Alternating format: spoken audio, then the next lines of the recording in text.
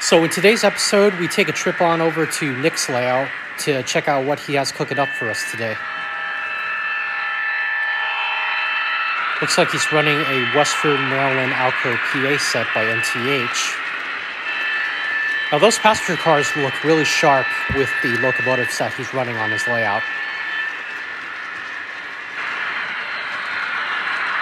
That's a really good shot right there, just having the whole filter in black and white while the train is running.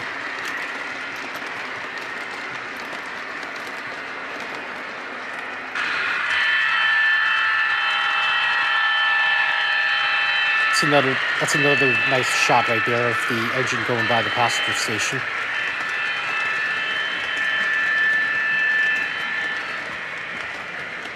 I don't know how you do it, Nick, but you found yourself another killer train set.